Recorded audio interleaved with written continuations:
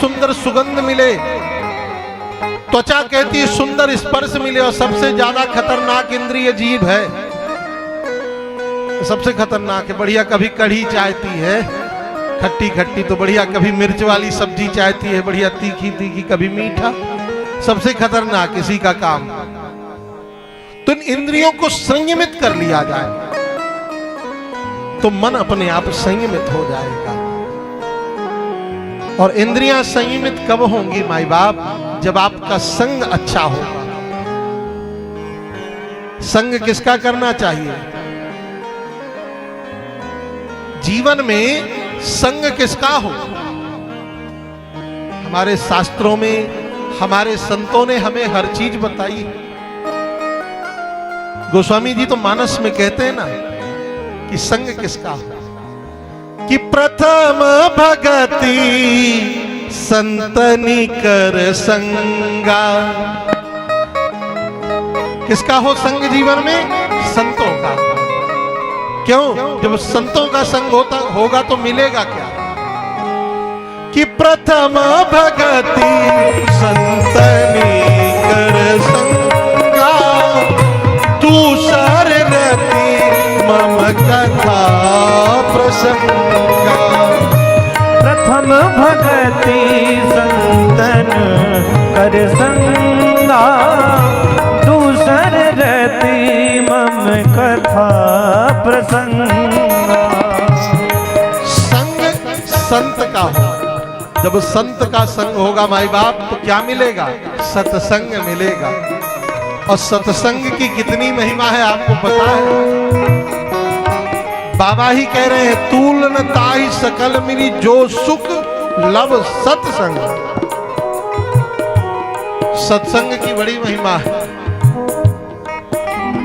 अच्छा, हम लोग बोलचाल की भाषा में कहते हैं ना, जैसा करोगे संग वैसा चढ़ेगा रंग। भले आप मदिरा पान नहीं करते हो, पर 2-4 दिन घूम लो, मद्यपान करने वाले के साथ अपने आप आदत बन जाएगी। और किसी नाम जापक के साथ 2-4 दिन घूम लो, 2-4-10 दिन घूम लो हमारे साथ गाड़ी में महाराज, तो अपने आप कथा से प्रेम हो जाएगा, अपने आप राम राम करने लगोगे। क्यों? हम जैसा संग करेंगे वैसा ही रंग चढ़ेगा। तो जब संग को जीत लेंगे तो आपका मन और इंद्रियां दोनों आपके अनुकूल बन जाएंगे। इसलिए संग अच्छा हो।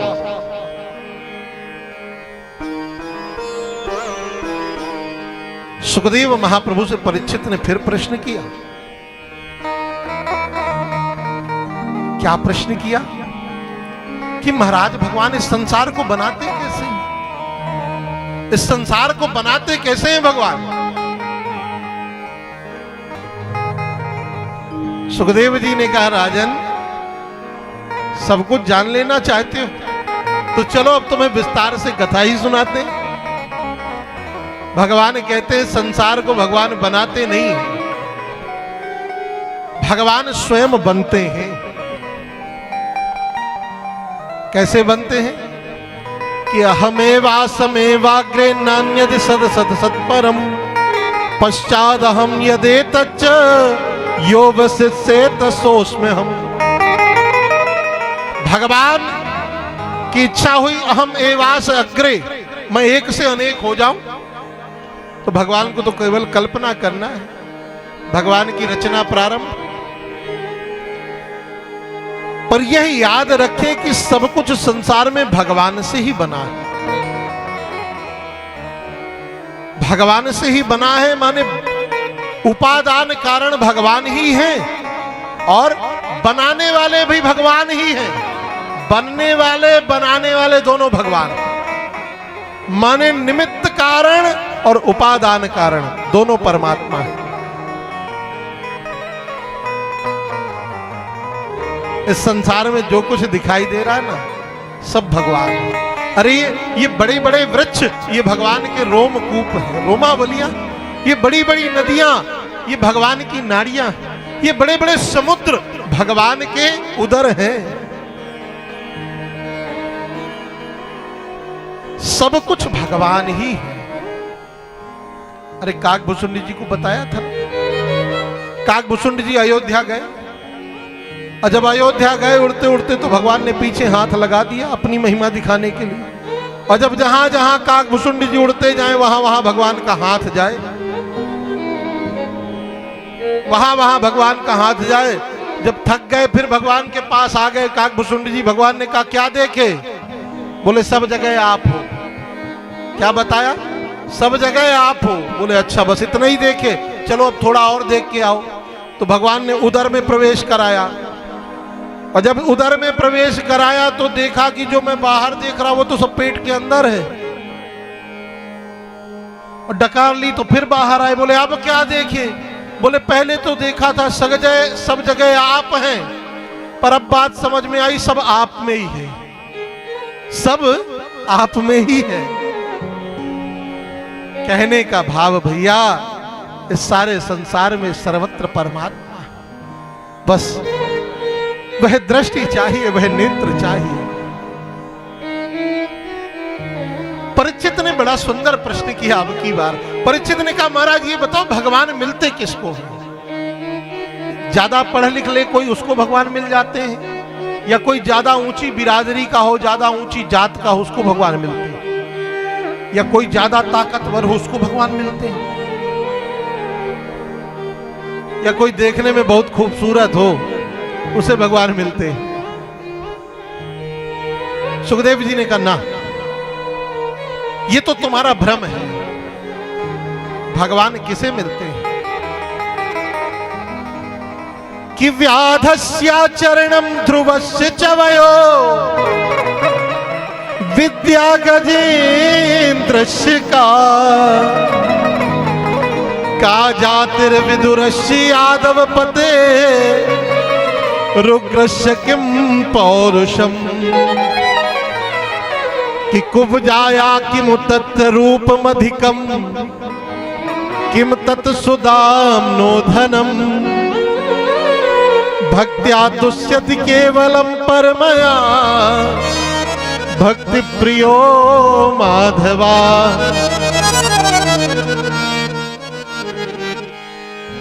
यदि भगवान विशिष्टता देख करके मिलते तो इन्हें जिन जिन को मिले हैं इनमें क्या विशेषता है जरा सा देखना।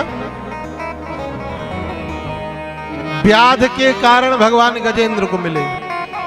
व्याधस्या चरणम ध्रुवस्य चवयो, ध्रुव को मिल गए भगवान। कुछ जानता नहीं है ध्रुव, आगे कथा सुनेंगे आप।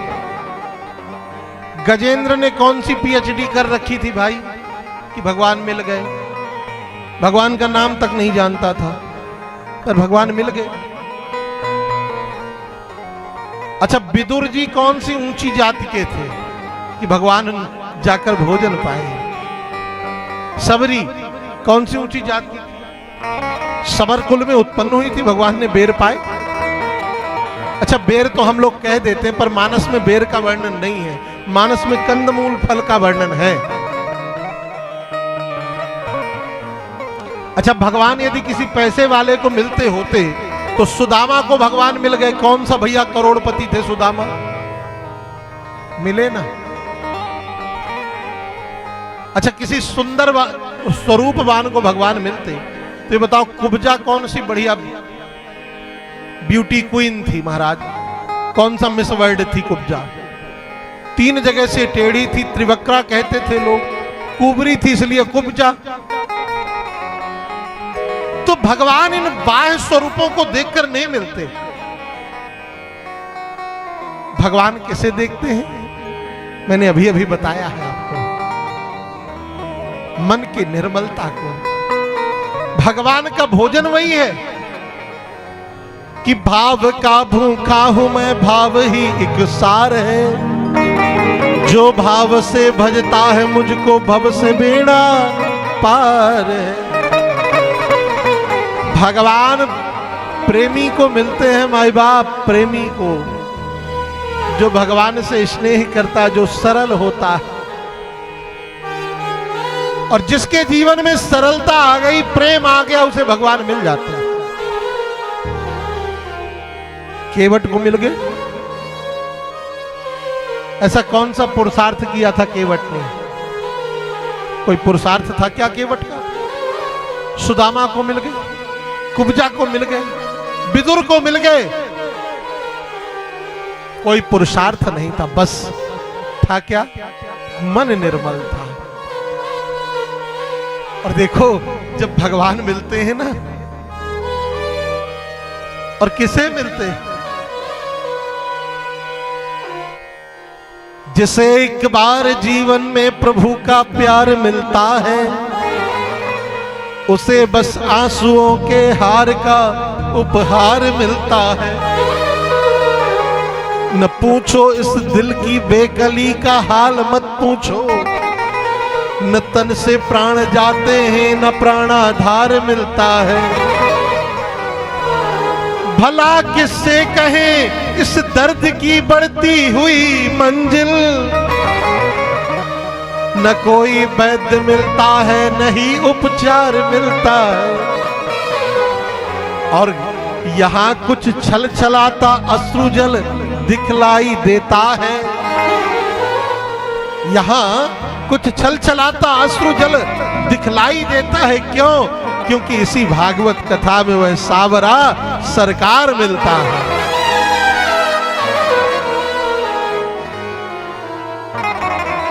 भाई बाप प्रेमी बनिए, अनुरागी बनिए। क्यों? क्योंकि मिला ही न रघुपति बिनु अनुरागा। परीक्षित ने कहा महाराज आपने कहा विदुर को भगवान मिल गए, ये विदुर कौन है? सुखदेव जी ने कहा ये क्यों नहीं कहते कि विदुर का संबंध तुम्हारे वंश से है, इसलिए विदुर जी का चरित्र सुनना चाहते हो। तो कहा चलो तुम्हें फिर से महाभारत में लेके चलते। कहे विदुर कौरवों के प्रधानमंत्री हैं। कौन है? प्रधानमंत्री।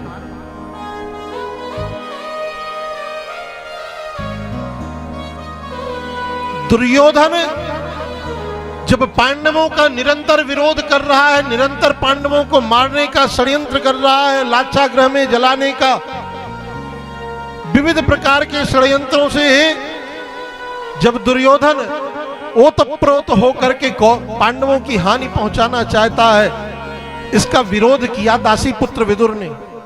परिणाम प्रधानमंत्री पद से निष्कासित हो गए, निर्जन वन में कुटिया में रहने लगे। आज पांडवों के पक्ष से पक्षधर बनकर के भगवान कृष्ण शांति दूत बनकर के आए, शांति प्रस्ताव लेकर के। दुर्योधन, धृतराष्ट्र, बड़े बड़े कृपाचार्य, द्रोणाचार्य सब बैठे। शांति दूत बनकर के गोविंद आए और गोविंद ने आकर उस शांति सभा में प्रस्ताव रखा। प्रस्ताव क्या रखा? कि केवल पांडवों को 5 गांव दे दिए जाएं। कितने गांव? 5। उन 5 गांव में पांडव संतुष्ट हो जाएंगे। पर महाराज दुर्योधन उसी सभा में बैठा था। तमक पड़ा दुर्योधन और तमक करके बोला, सूचग्रे नैव दास्यामि बिना युद्धेन केशव। सुई की नोक बराबर भी भूमि नहीं दूंगा केशव में बिना युद्ध के। यदि पांडवों को अपना अधिकार चाहिए तो युद्ध करें।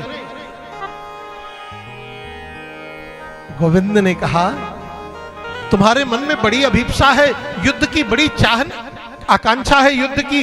अरे दुर्योधन, तुम युद्ध की परिणति नहीं जानते हो, तुम युद्ध के परिणामों को नहीं अभी समझ पा रहे हो। जब युद्ध होता है तो हजारों मांगों का सिंदूर धुल जाता है। जब युद्ध होता है तो हजारों माताएं निपुती हो जाती। जब युद्ध होता है तो हजारों बेटा बेटी अनाथ हो जाते हैं। और तुम युद्ध चाहते हो तो अब युद्ध ही होगा। यदि तुम्हारे मन में युद्ध की जिज्ञासा है तो अब युद्ध ही होगा। उसी क्षण धृतराष्ट्र ने दुर्योधन की उंगलियों को पकड़ा हाथ के और जोर से दबाया। अरे मूर्ख, शांति दूत से शांतिपूर्ण व्यवहार करते हैं, ये जो तुम व्यवहार कर रहे हो ये आचरण युक्त नहीं है। तो तत्क्षण पलट गया। बनावटीपन जो मेरे गोविंद को प्रिय नहीं है, तत्क्षण क्षण पलट गया, बनावटीपन में आ गया और कहने लगा छोड़ो कन्हैया, अरे कहां तुम 5 गांव 6 गांव के चक्कर में पड़े हो। चलो मेरी मां गांधारी ने सुंदर तुम्हारे लिए 56 व्यंजन बनाए, चल करके भोग पाओ, प्रसाद आरोगो। गोविंद ने कहा देखो भैया दुर्योधन, भोजन 3 परिस्थितियों में किया जाता है।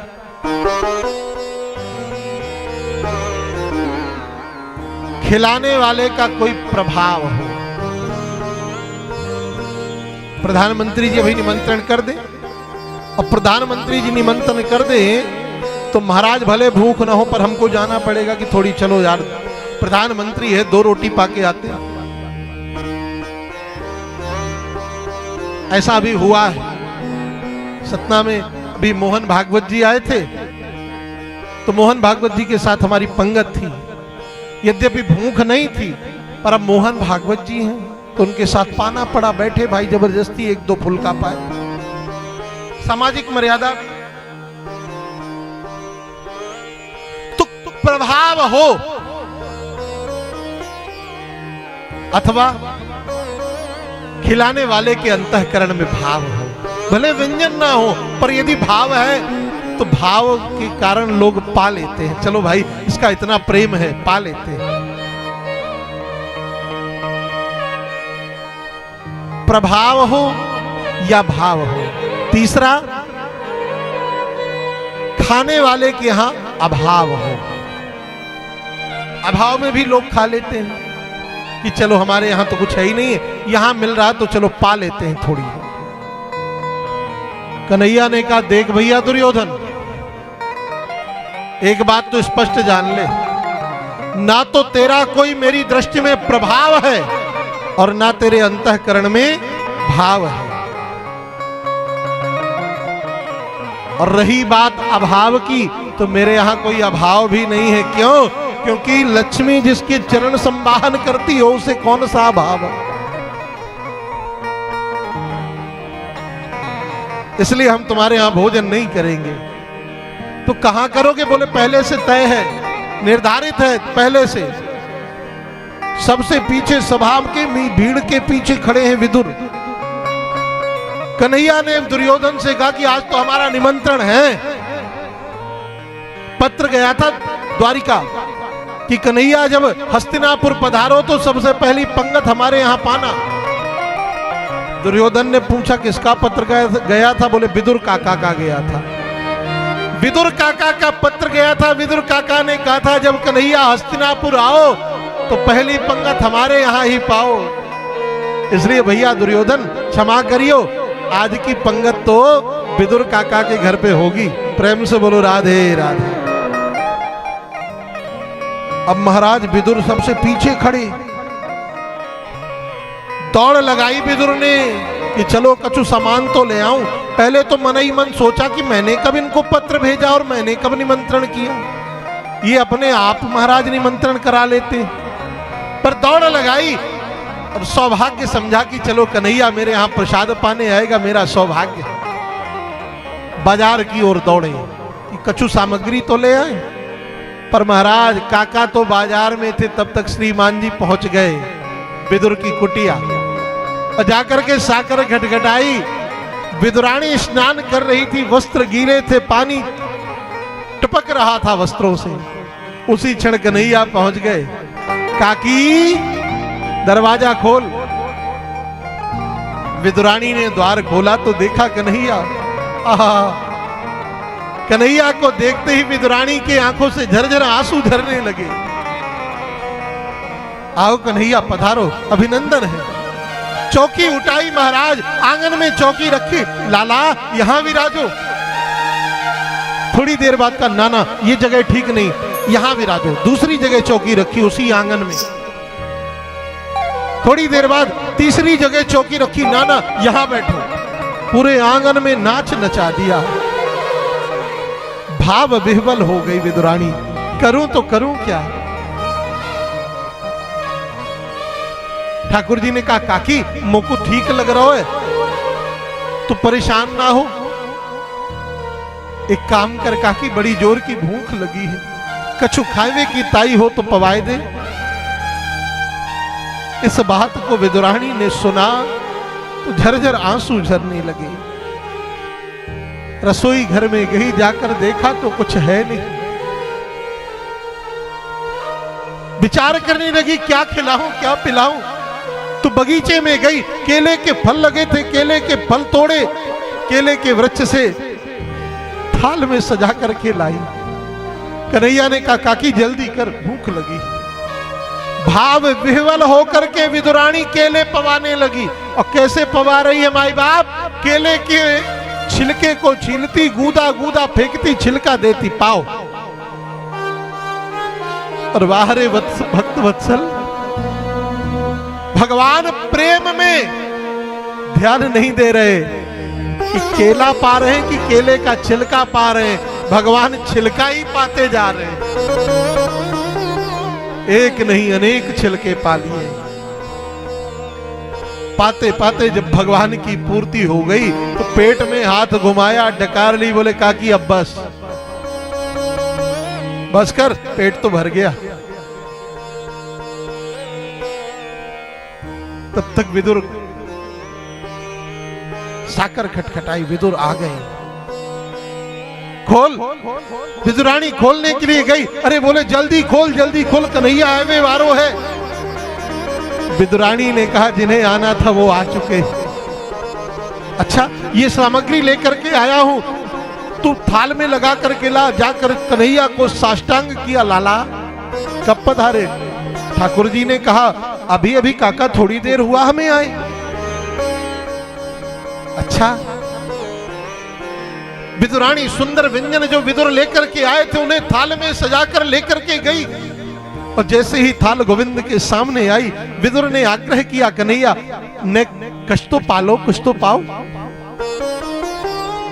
ठाकुर जी ने एकाध दो पदार्थों को उठाया, अपनी रसना में रखा और जैसे ही जिह्वा में रखा, स्वाद चखा। स्वाद चखने के बाद कहा काका बुरा मत मानियो, एक बात कहूं? हाँ हाँ लाला कहो ना, का कहनो चाहो? गोविंद ने कहा काका जो आनंद काकी के उन छिलकों में था वह आनंद तुम्हारे इस व्यंजन में नहीं है। क्यों? काकी के छिलकों में काकी का वात्सल्य था माई बाप, काकी का प्रेम था। काकी के छिलकों में जो भगवान का भोजन है। भगवान का भोजन पदार्थ नहीं है, तत्व नहीं है। भगवान का भोजन तो भक्त का भाव है। भावो ही विद्यते देवा। अरे भाई मंदिर में बैठा हुआ ठाकुर, मंदिर में बैठी हुई मूर्ति तुम्हारे 10, 20, 50 के नोट को नहीं देखती। ये तुम्हारा भ्रम है कि तुम 10 का दिखाओ, 20 का दिखाओ, 50 का दिखाओ। वो तुम्हारे नोटों को नहीं देख रहा। मंदिर में बैठा हुआ मेरा गोविंद तुम्हारे नेत्रों को देख रहा है। मेरे लिए प्रेम कितना भर के आया है इन नेत्रों में, मेरे लिए इसके हृदय में कितना प्रेम है, ये देखता।